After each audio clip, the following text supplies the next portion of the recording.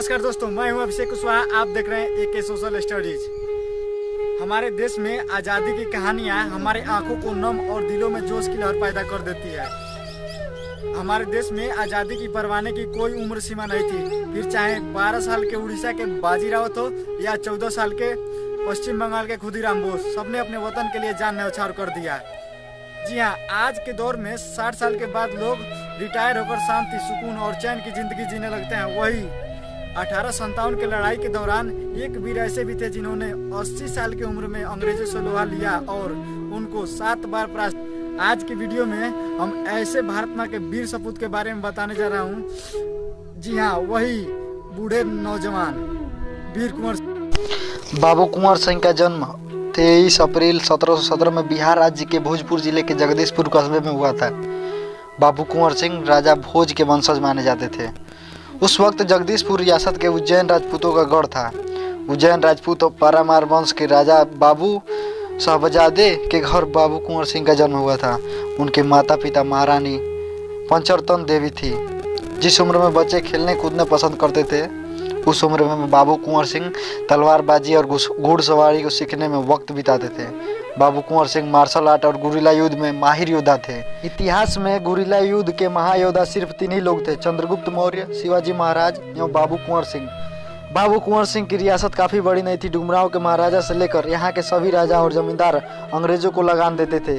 बाबू कुंवर सिंह के पर भी दबाव बनाया जा रहा था कि लगान देने के लिए, और राज्य का कोष खाली था। अंग्रेज जगदीशपुर रियासत को कब्जाने के फिरका में थे। तभी 1857 में क्रांति की लहर फैला। बाबू कुंवर सिंह कहाँ चुप रहने वाले थे। 24 जुलाई 1857 में बाबू कुंवर सिंह ने अंग्रेजों के खिलाफ युद्ध का बिगुल बजा दिया। उसी बीच उन्होंने जगदीशपुर के अंग्रेजों को आज़ाद करवा लिया तथा फिर आरा के अंग्रेजी मुख्यालय पर हमला करके कब्जा कर लिया। परंतु जीत का जश्न जल्दी समाप्त होने वाला था। मेजर बेसेंट टायरे की सेना पुनः आरा को जीतकर जगदीशपुर जीतने चल दी। बाबू कुंवर सिंह की सेना अंग्रेजों की बड़ी सेना और हथियार के सामने हारने लगी। तब बाबू कुंवर सिंह ने उनके साथी सुरंग के सहारे जगदीशपुर के से आरा निकल गए। सुरंग 26 किलोमीटर लंबा था। आज भी इसके निशान आरा महाराज कॉलेज में आपको मिल जाएगा। अंग्रेज बाबू कुंवर सिंह को पकड़ने में फिर असफल रहे। बाबू वीर कुंवर सिंह की टुकड़ी बहुत छोटी थी, परंतु अपने युद्ध और कौशल के बल पर जीत जाते थे। परंतु अंग्रेज दोबारा बड़ी तादाद में के साथ आते थे और बाबू कुंवर सिंह को स्थान छोड़ना पड़ता था। परंतु वे कभी बाबू कुंवर सिंह को जिंदा न पकड़ पाए। आजमगढ़ के जीत के बाद बाबू कुंवर सिंह 20 अप्रैल को 1858 को गाजीपुर के मनोहर गांव में थे, जहां अंग्रेजों को बाबू कुंवर सिंह का खबर मिल गई। 22 अप्रैल 1858 को मनोहर गांव में बाबू वीर कुंवर सिंह एक और युद्ध लड़ा, जहां एक गोली उनके दाहिने हाथ में लगा, परंतु बाबू कुंवर सिंह का तलवार नहीं रुका। वे अंत तक लड़ते रहे। परंतु अंग्रेज फौज के तादाद ज़्यादा थे। वे जानते थे कि अंतिम युद्ध नहीं है, इसलिए वो साथियों के साथ नदी मार्ग से सहारे जगदीशपुर को अपना मातृभूमि के लिए रवाना हो गए और गंगा के बीच में उन्होंने अपने दाहिने हाथ को खुद से काटकर गंगा में समर्पित कर दिया। इस घटनाक्रम के जिक्र करते हुए कवि मनोरंजन प्रसाद जी ने अपने कविता में लिखा है: दुश्मन तट पर पहुंच गए जब कुंवर सिंह करते थे पार, गोली आकर लगी बाह में दाया हाथ हुआ बेकार, हुई अपमान बहु जानवश काट दिया लेकर तलवार, ले गंगे या हाथ आज तुझको देता हूँ उपहार, ले गंगे या हाथ आज तुझको देता हूँ उपहार। वीर मात का वही जानवी मानो वो नजराना था। सब कहते थे कुंवर सिंह एक बड़ा वीर मर्दाना था।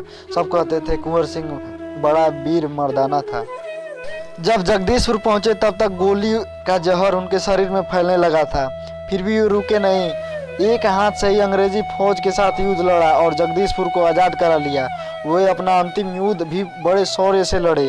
अंग्रेजों को घुटना टेकना पड़ा। जगदीशपुर फिर से बाबू कुंवर सिंह का हो गया। जब जगदीशपुर आज़ादी का जश्न मना रहा था, तब इधर बाबू कुंवर सिंह का हालात बिगड़ती जा रही थी। जगदीशपुर के आज़ादी के 3 दिन बाद 26 अप्रैल 1858 को वीर सपूत बाबू कुंवर सिंह वीर गति को प्राप्त हुए। इस तरह बाबू कुंवर सिंह आज़ाद ही मरे। हमें गर्व है ऐसे सपूतों पे जिन्होंने भारत माता का लाज रखी हो। मेजर बेसेंट ने उनको मरणोपरांत कहा था, अच्छा था कि बाबू कुंवर सिंह 80 वर्ष के थे। अगर 18 वर्ष के होते तो बिहार 1857 में ही आज़ाद हो गया होता।